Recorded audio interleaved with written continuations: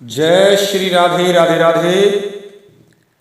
प्रिय बंधुओं, प्रिय साथियों, आज एक दीपावली से संबंधित प्रश्न पूछा गया है और बड़ा गहरा रहस्य इसमें पूछा गया है कि आप बताएं कि दीपावली पर दीप क्यों जलाते हैं, इसकी क्या महिमा है और कैसे कैसे व्यक्ति को जलाने चाहिए और ये परंपरा कहाँ से शुरू हुई।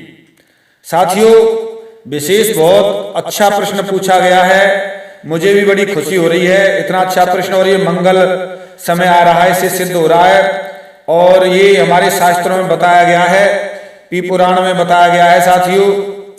और मैं साथियों शास्त्र के अनुसार एक एक शब्द आपको इस तरीके से समझाना चाहता हूं कि वास्तव में इसके अनुसार जो भी चलेगा उसका मंगल होगा।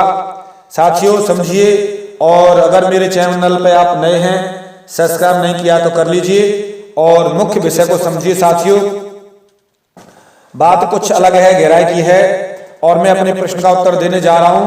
उसे बार बार वीडियो को सुनेंगे, समझेंगे, तब समझ आएगा। साथियों, मैं शास्त्रों से एकदम गहरी बात बता रहा हूं। कोई भी बात मेरी एक शब्द भी मनगढ़ंत नहीं हो सकता है। सच्चाई है, ईमानदारी है, क्योंकि शास्त्रों की अवहेलना का पाप क्या होता है वो हम लोगों को गुरुओं ने बताया है। तो साथियों चलिए समझिए, और मैं कहां से बात शुरू कर रहा हूं सुनिए। तो इसमें ये पूछा गया है और यहाँ पर बताया गया है कि कार्तिकेय जी कह रहे हैं, हे नाथ, इस समय आप विशेष रूप से दीपावली का महात्म बतलाएं कि दीपावली क्यों मनानी चाहिए और उस दीपावली के देवता कौन हैं, उस समय हमें क्या देना चाहिए और क्या नहीं देना चाहिए, इसमें कौन सी प्रसन्नता होती है और कौन सी क्रीड़ा की जाती है, पूरा दीपावली का विधि विधान बताएं। इस तरह से स्कंद जी की वाणी सुनकर कामदेव को भस्म करने वाले शिव जी, शंकर जी कार्तिकेय जी को दीपावली का महात्म अच्छी तरह से बताने जा रहे हैं। और शंकर जी कार्तिक महात्म को अच्छी तरह से कहकर बता रहे हैं कि हे कार्तिकेय जी, अब आप कार्तिक मास का महात्मा सुनिए और उस कार्तिक मास में दीपावली जो मनाई जाती है उसका महात्मा मैं बताने जा रहा हूं। तो शिव जी कह रहे हैं, क्या कह रहे हैं, कार्तिक के कृष्ण पक्ष में घर से बाहर यमदीप देना चाहिए और उससे मृत्यु का भय नहीं रहता है। साथियों, हमारे शास्त्रों में दीप दान करने से मंगल होता है, पाप नष्ट होते हैं, पुण्य बढ़ते हैं, व्यक्ति का जीवन उज्जवल होता है, मृत्यु का भय हट जाता है और व्यक्ति बहुत आगे बढ़ता है, ये शास्त्र कह रहा है साथियों। और मैं साथियों इसका एक श्लोक भी सुना देता हूं। कार्तिक स्यासिते पक्षे त्रयोदश्याम तो पावके यमदीपम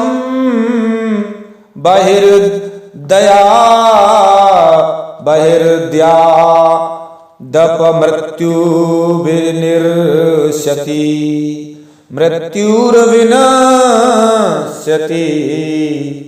तो साथियों इस श्लोक है ये के पास हाथ में लिए मृत्यु काल से युक्त अपनी पत्नी के साथ त्रयोदशी तिथि को दीपदान करने से यमराज प्रसन्न हो जाते हैं। साथियों, अपने घर से बाहर यम का दीप जलाना चाहिए। दीप जलाने से, जगह जगह दीप जलाने से मृत्यु का भय नहीं रहता है।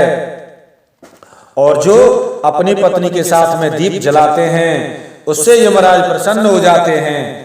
कार्तिक के कृष्ण पक्ष में चतुर्दशी के दिन चंद्रोदय हो जाने पर पाप से डरने वालों को अवश्य स्नान करना चाहिए। कार्तिक पक्ष की चतुर्दशी के पूर्व विद्या होने पर प्रातः काल में बिना आलस के स्नान कर लेना चाहिए।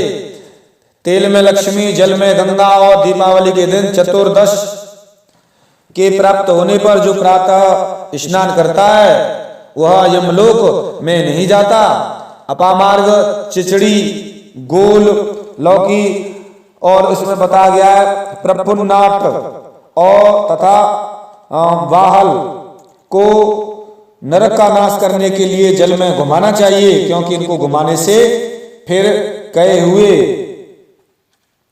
शीतलोष्ट से युक्त एवं कष्टक समूह से युक्त अपामार्ग बार बार घुमाए जाते हुए तुम मेरे पाप को दूर करो, यह मंत्र जपना चाहिए।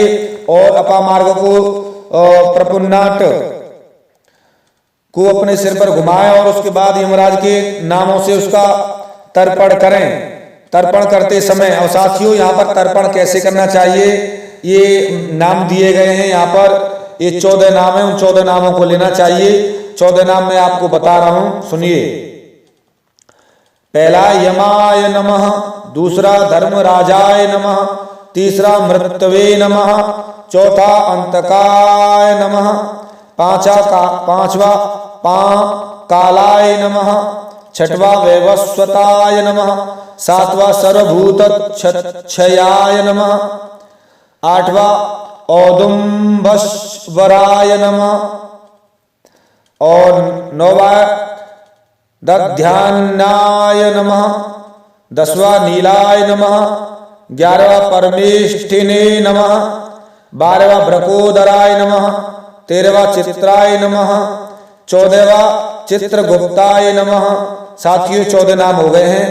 देवताओं की पूजा करके और नरक को दीपदान देना चाहिए।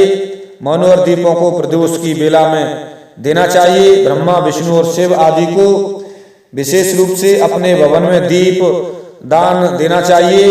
कूटागार, चत्वर, सभा स्थल, नदी, चाह, दीवारी, उद्यान और भवन, ऊपर दीवार पर, अपने अंदर कोठे में, बावली, प्रतोली की छज्जा पर, अश्वशाला में, हस्तिशाला में, जहां जहां आपको जगह मिले सब जगह, कुआं पर, नदी पर, सब जगह दीप जलाने चाहिए। और अमावस्या को प्रातः काल स्नान करके देवताओं तथा पितरों को पूजा करके प्रणाम करें। और पार्वण, श्राद्ध, दधि, घृत, क्षीर से करके अनेक प्रकार के भोज्य पदार्थों से ब्राह्मणों को भोजन कराएं और क्षमा प्रार्थना करें। उसके पश्चात अपराह्न में अपने प्रिय नागरिकों को पोषण करें। उनकी गोष्ठी, सम्मान तथा भाषण करने से राजा वक्ताओं के लिए वर्ष भर तक प्रीति का पात्र हो जाता है। श्री हरि के प्रबोधन से स्त्रियों के द्वारा लक्ष्मी का प्रबोधन कराएं। जगने के समय लक्ष्मी जी को अच्छी स्त्री के द्वारा जगाए जाने वाले पुरुष को 1 वर्ष तक लक्ष्मी नहीं त्यागती है, क्योंकि वो शुभ होती है लक्ष्मी, और स्त्री भी शुभ होती है। उसके द्वारा ऐसा काम किया जाए। ब्राह्मणों से अभयत्व प्राप्त करें। दैत्य विष्णु से भयभीत, दैत्य और लक्ष्मी जी ऐसी प्रार्थना करें, दैत्यों से हमें पीछा छुड़ाएं, लक्ष्मी जी हम पे कृपा करें।